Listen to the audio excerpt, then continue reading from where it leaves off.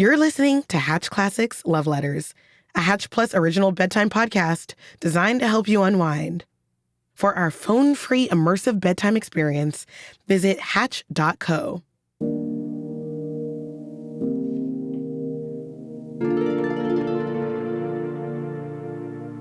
Welcome back to Hatch Classics Love Letters. I'm Zakiya Gibbons. If you're just joining us, here's a quick recap. George, our lovesick boykins, has been navigating a long-distance relationship with his girlie, Harriet, who is off pursuing her education. They're clearly devoted to each other. George even calls her wifey sometimes. But let's not pretend it's all smooth sailing. First of all, they're constantly battling illnesses, from persistent headaches to whatever the heck pleurisy is. But more importantly, Harriet's concerned that George is kind of a workaholic. Meanwhile, George sees work as critical to building the future she deserves. And hey, it's paying off. He just got a promotion. So Harriet better start brainstorming wallpaper patterns for that dream home he keeps talking about. Anyway, the last episode ended with them on the brink of reuniting for the summer. And I, for one, can't wait to hear how that went. It's time to dim the lights, get cozy, and settle in for some good old-fashioned romance. Tonight, we'll dive into a batch of George's letters from the latter half of 1913. Here we go. September 16th, 1913. My dear wifey, I suppose you think I didn't make a very good start. But dearie, I helped Lewis last night until after 11 o'clock, and I was so dead tired I couldn't write. I don't feel very much better now, and it is getting late. Oh, my own, if my heart ever ached, it did when you left town. Oh, sweetheart, it just felt as though it was being cut in two. Oh, darling, how I long for you. I just can't cheer up. Mama was telling me that I was getting homesick. Oh, sweetheart, if she only knew how awful, awful homesick I was for our own little home. It just seems that I can't stand it away from you any longer. Oh, darling, if I didn't think it best, I would not go to Sheldon. I would come straight to the city. Oh, sweetheart, I did so want a card or note from you today. Dearest, how are you? Do you feel better? Or are you so sick you can't write? Or didn't you get there? I would give a good deal to know just how you are this very minute. Oh, my dear girly hun, I love you. I love you more and more every day. Dear, I know this is short, but my eyes ache, and I am so tired that I must stop. Feel these goodnight kisses, dear girl. I hope so much that you are feeling better. Good night, my precious girlie. Your love lonesome, Geo. Okay, first off, I get the sense that their summer together was every bit as dreamy as George had hoped. And honestly, that makes me so happy for them. But with all that joy comes this massive heartache now that Harriet's back at school. And George is heading to what looks like a super small town in Minnesota called Sheldon. Also, Harriet, what's going on? Are you really too sick to write? Did you not make it back to St. Paul? George's mind is spiraling, and honestly, mine is too. But if I had to guess, she probably is too sick to write. This poor couple can never catch a break. Let's hope that she got some chicken soup and rest, and that we get some clarity in the next letter. September 28th, 1913. Oh, darling, if I ever longed or ached for you as I have these last 2 weeks, it just seems as though I could not stand it any longer. I am not going to stay in Sheldon very long. Dearest, I must hold you in my arms and talk to you soon, or I will die of lonesomeness. Honey, just think how you would feel if you were staying at my house and I was gone. Everything speaks of you. Do you remember the apple trees we sat under a couple of Sundays when we picked the apples off of it? I just couldn't take my eyes off the place. It just seems as though you would be back in a little while.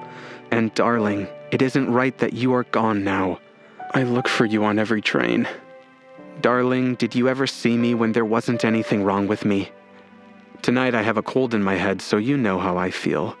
I would like to go to bed, but just have to write. I haven't written you a letter since you left, but darling, you felt how much I love you just the same, haven't you, dear?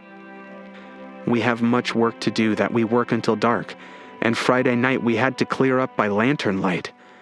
So my own, I am so tired after supper. I can't get to bed fast enough. My girlie, my head feels rather stuffed up and bad. I must stop now. Darling, I hope you are taking good care of yourself this week in the cold weather. Good night, my sweetheart. I will try to write more next week. Your lovesick, lonesome boy, Gio. Oh, George, that date under the apple tree sounded so sweet. And not even a bad head cold can stop him from writing to his girl. His line, "Did you ever see me when there wasn't anything wrong with me?" honestly is so relatable. George, you're a mess, but a lovable one. I'm picturing Harriet holding his letter full of germs at arm's length, laughing at these words, but still missing him just as much. It looks like we have just one more letter tonight. Let's get into it. October 5th, 1913. My darling girlie. Yes, dear, you may come in. Oh, I thought you were outside my door. How I wish you were. I am in the room at the head of the stairs, all alone in the house. Your father and mother are out showing off the place. Oh my God. I just love this opening. George's imagination is so vivid. Again, if the whole banking thing doesn't work out, he should consider writing a novel.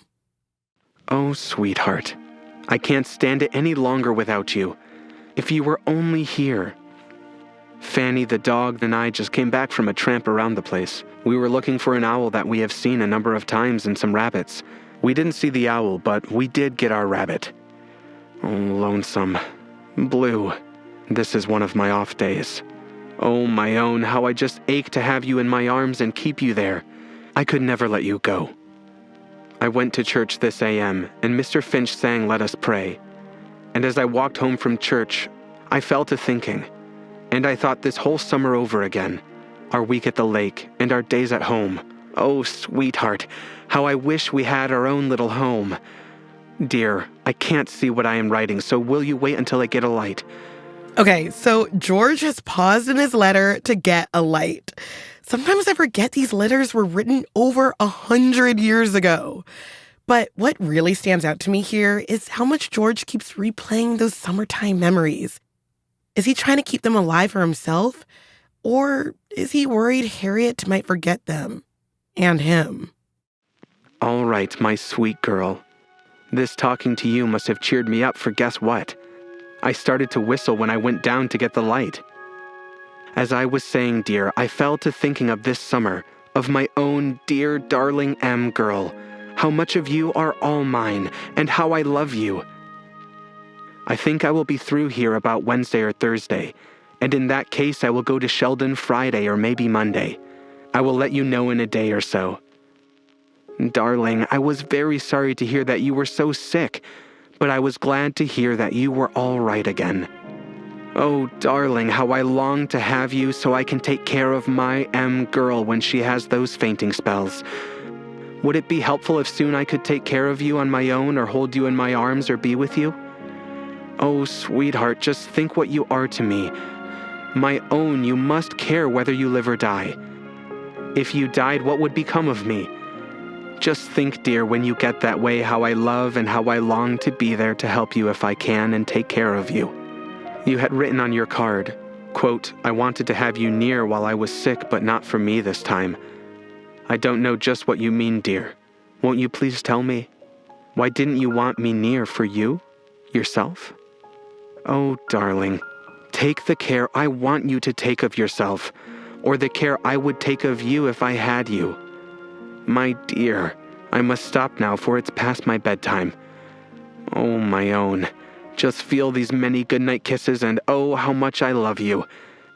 Good night, my M girl, Gio. So now Harriet has her own nickname, M Girl. I can't say for sure what it stands for, but personally, I'm going with mystery. Because Harriet is the definition of a mystery right now. She's unwell, she's fainting, and she's writing cryptic messages that not even George understands. So far, we've only heard George's side of the story. But in our next episode, we'll finally be hearing directly from Harriet. How is she holding up? And what's on her mind as, gasp, their wedding day approaches? Yep, you heard that right. Oh, I can't wait to hear how it unfolds. Until then, good night, everyone.